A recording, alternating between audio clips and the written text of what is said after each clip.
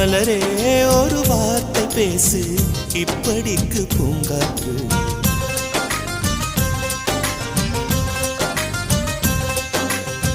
காற்று வந்து காது கடித்தும் இன்னும் என்ன மௌனமோ மோதி வந்த முத்தம் இட்டால் மௌனம் தீருமோ அச்சம் தான் உன்னாடையோ வெட்கம் தான் உன் தானையோ